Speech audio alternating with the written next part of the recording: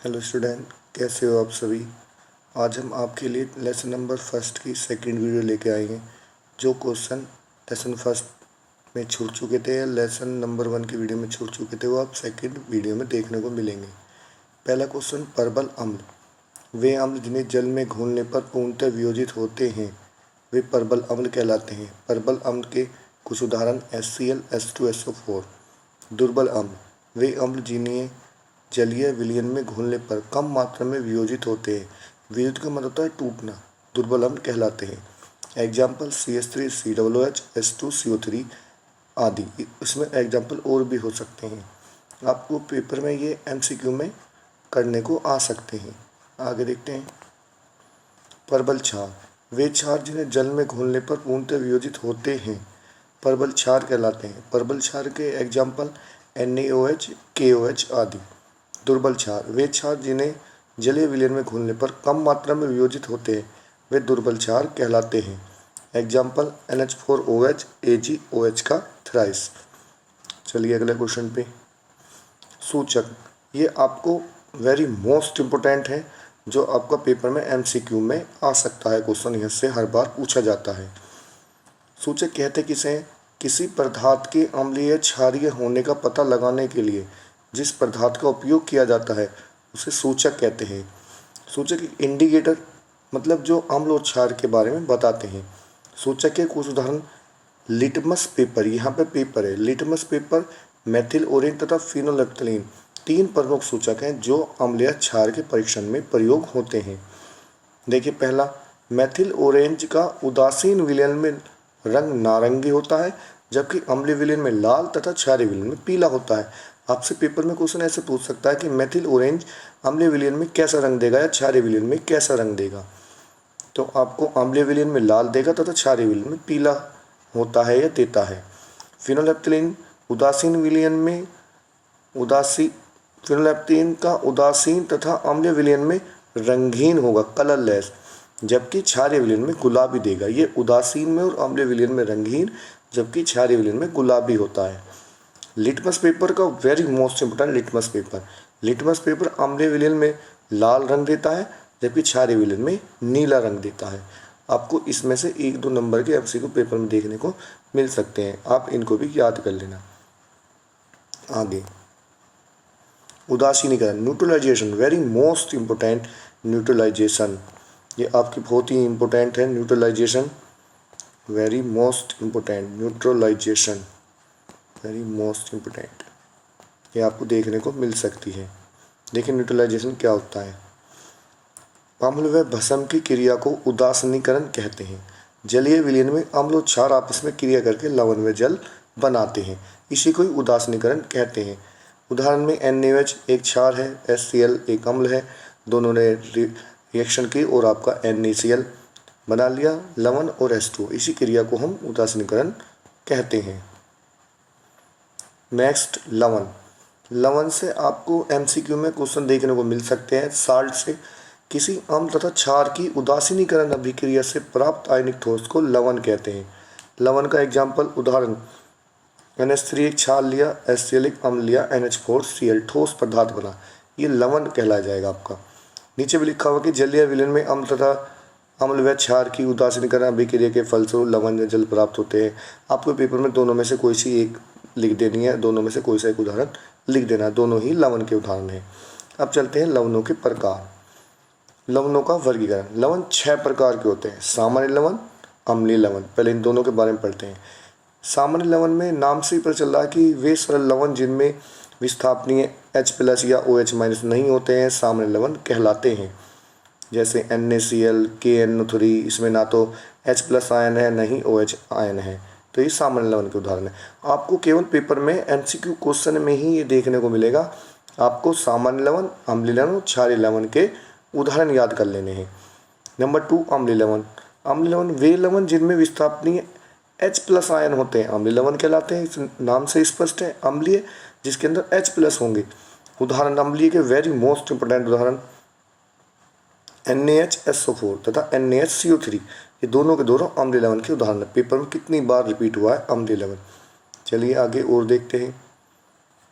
क्षारकीय लवण, क्षार के इसमें पता चल रहा है क्षार जिसमें OH आयन होंगे, वे लवण जिनमें विस्थापनीय OH आयन होते हैं क्षार के लवण कहलाते हैं, जैसे MgOHCl, ZnOHCl तथा PbOHNO3, ये सारे के सारे क्षार के लवण के उदाहरण हैं।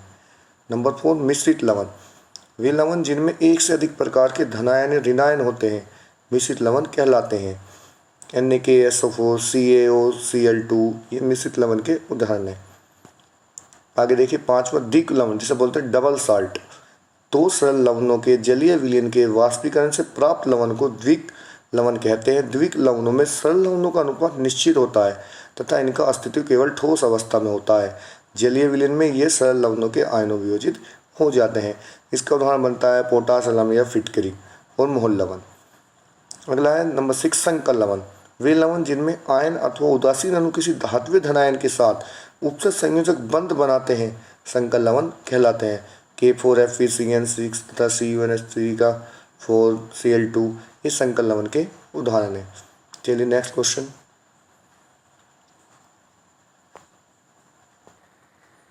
अगला क्वेश्चन है आपका हाइड्रोजन आयन सांद्रता pH मान। इस वाले टॉपिक से आपको पेपर में हर बार 2 से 3 MCQ देखने को आते हैं, करने के लिए आते हैं।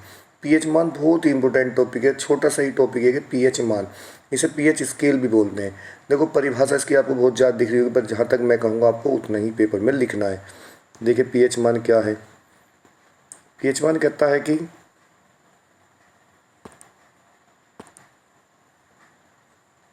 pH मान कहता है कि हाइड्रोजन आयन सांद्रण को प्राय ग्राम आयन प्रति लीटर अर्थात मोल प्रति लीटर में प्रदर्शित करते हैं।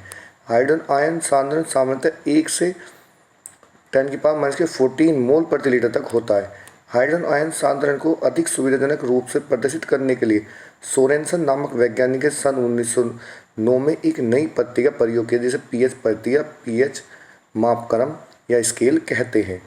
देखो ये जो फॉर्मूला लिखा हुआ आपका, इस फॉर्मूले का आप यूज लास्ट में कर सकते हैं। ये वाला जो फॉर्मूला आपका लिखा हुआ है, ये वाला फॉर्मूला, इस फॉर्मूले को आप नीचे पुटअप कर सकते हैं जहां मैं कहूँगा आपको पेपर में कितना लिखना है। आपको पेपर में यहाँ से स्टार्ट करना है और यहाँ पे आपको ख़त्म कर देना है, इतना ही लिखना है। हाइड्रोजन आयनों के मोल प्रति लीटर में सांद्रण के ऋणात्मक लघु गुणक को pH कहते हैं। तो आपको जो ये वाली जो ऊपर लिखा हुआ है pH = माइनस के log H प्लस या pH = log 1/H प्लस, ये दोनों आपके अलग अलग लिखे हुए, ये वाले, ये पार्ट और ये पार्ट, आपको दोनों को नीचे में दोनों में से एक लिखना। ये भी आपका दूसरे वाला जो है 1/H प्लस, ये भी pH = है, ये भी pH = है। आपको दोनों में से एक कोई सभी पेपर में लिख देना है इसका सूत्र सहित। जैसे ही जब आप परिभाषा लिखोगे हाइड्रोजन आयनों का मोल प्रति लीटर में, तो आपको नीचे फॉर्मूला पुटअप कर देना। चलिए आगे देखते हैं। इसका दूसरी परिभाषा बनती है कि हाइड्रोजन आयनों के मोल प्रति लीटर के सांद्रण के व्युत्क्रम में लघु गुणक को pH मान कहते हैं। इसे आप ऐसे भी लिख सकते हो कि H प्लस = 10⁻⁻⁻ के pH। pH के क्वेश्चन देखते हैं, वेरी मोस्ट इंपोर्टेंट pH के क्वेश्चन। pH के क्वेश्चन क्या हैं। यदि किसी विलयन में हाइड्रोजन आयन सांद्रण H प्लस 10⁻⁻⁻ के यदि किसी विलयन में हाइड्रोजन आयन सांद्रण 10⁻⁻⁵ मोल प्रति लीटर है तो उसको pH मान 5 होगा। यूँ आपको बच्चों समझना होगा, यदि आपको H प्लस का मान दिया जाता है और आपसे pH मान पूछता है, तो ये जो पावर में 10⁻⁵ है, ये नीचे उधर के ही इतना ही आंसर हो जाएगा, बस आपको प्लस में लिखना होगा। इसी प्रकार यदि किसी विलयन में हाइड्रोजन आयन का सांद्रण 10⁻12 है तो मोल प्रति लीटर में उसका pH मान 12 ही होगा। आगे देखिए pH मान से संबंधित कुछ महत्वपूर्ण क्वेश्चन, ये वेरी मोस्ट इंपोर्टेंट क्वेश्चन है आपको, जो बार बार पेपर में रिपीट होते ही रहते हैं। मैं आपको सबसे इंपॉर्टेंट क्वेश्चन बताता हूँ। पहले वाला, जल का pH मान 7 होता था, जैसे कि प्रकृति उदासीन होती है। इससे लगभग 20 बार ये क्वेश्चन पूछ लिया गया होगा, बार बार रिपीट घुमा घुमा करके। 7 से कम pH वाले जलीय विलयन की प्रकृति अम्लीय होती है। 7 से कम 6, 5, 4, 3, जितना नीचे को चलोगे। 7 से अधिक pH वाले विलयन की प्रकृति क्षारीय होती है। जैसे 7 से आप ऊपर को चलते चलेंगे, जब आप 7 से उल्टे हाथ की तरफ को चलेंगे तो प्रकृति आपकी अम्लीय होगी और सीधे हाथ की तरफ को क्षारीय होगी। किसी भी जलीय विलयन का pH मान 7 से जितना कम होता जाएगा उसकी विलयन की अम्लीयता बढ़ती जाएगी। किसी भी जलीय विलयन का pH मान 7 से जितना अधिक होता जाएगा उस विलेन की क्षारीयता बढ़ती जाएगी। ये बहुत ही इंपॉर्टेंट को तो आपके 5 पॉइंट लिखे हुए हैं। चलिए आगे देखते हैं। देखो यहाँ पे कुछ एक टेबल बनाई हुई है जिसके अंदर आपको दिखाया गया है सूचक के बारे में। सूचक मेथिल ऑरेंज अम्लीय विलेन में लाल रंग देगा और आपका क्षारीय विलेन में पीला रंग देगा। लिटमस पेपर अम्लीय विलेन में लाल देगा, क्षारीय विलेन में नीला देगा। फिनाइलएल्कलीन अम्लीय विलेन में रंगहीन देगा और क्षारीय विलेन में गुलाबी देगा। ये आप टेबल याद कर सकते हैं। ये इस पर आपको जरूर क्वेश्चन देखने को मिल सकता है एमसीक्यू में। आगे ये पीएच की स्केल दिखाया हुआ है जो आपको दिखाया गया है। देखो मैं आपको समझाता हूँ, एक बार सुनिए। जैसे आपका ये बीचों बीच दिखाया गया है, ये वाला, एक मिनट, ये बीचों बीच आपका रखा हुआ है उदासीन। ये पॉइंट वाटर का उदासीन होता है न्यूट्रल, नीचे लिखा हुआ है न्यूट्रल। ये एसिड, ये एल्कलाइन। एसिड मीन्स अम्ल, एल्कलाइन मीन्स क्षारीय हो जाएगा ये आपका, ये अम्लीय हो जाएगा। तो दिखा रखा 7 से कम, 6, 5, 4, 3, 2, 1, 0। ये सबके पीएच मान है कि मिल्क का पीएच मान 6 होता है।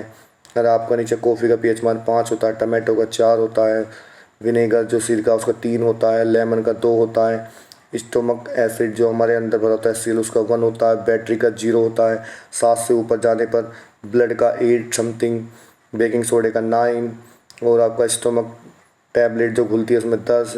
ये आपका और सब के लिखे हुए हैं ब्लीच के। ये आपका एक छोटा सा दिखाया हुआ है जिससे आप समझ सकते हो कि कितना पीएच मान किसका होता है और आपको ये याद भी करना पड़ जाएगा। चलिए आगे देखते हैं। बस आगे कुछ नहीं है। Thanks student. अब आपकी तीसरी वीडियो इसी चैप्टर की अम्ल क्षार लवण के एमसीक्यू की आएगी जिसमें लगभग 40 एमसीक्यू आपको देखने को मिलेंगे। आप सभी प्यारे बच्चों चैनल को सब्सक्राइब कर लो, वीडियो को लाइक कर दो करो और बच्चों को भेज दो जिससे उसकी मदद हो जाए और इन क्वेश्चनों को पढ़ के अपने पास हो जाए 10वीं में।